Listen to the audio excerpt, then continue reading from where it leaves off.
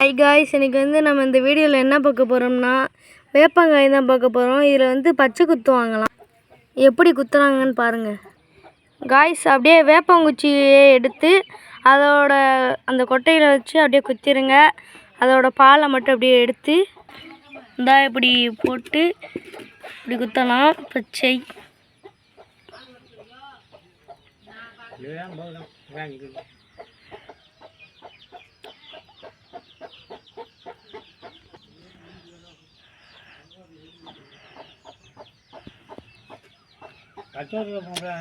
அப்புறம் ஒரு கறிக்கட்டை எடுத்து அதை நல்லா அப்படி தேய்ச்சிக்கோங்க.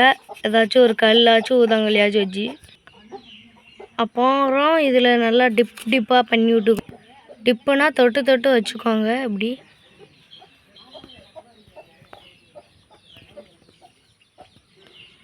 காய்ஸ், எங்கள் அம்மா காலத்தில் தான் இப்படி தான் பச்சை குத்தி விளாடுவாங்களாம்.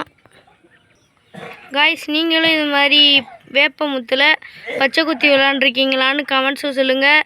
பிடிச்சிருந்துச்சின்னா லைக் பண்ணுங்கள், ஷேர் பண்ணுங்கள், கமெண்ட் பண்ணுங்கள். பா.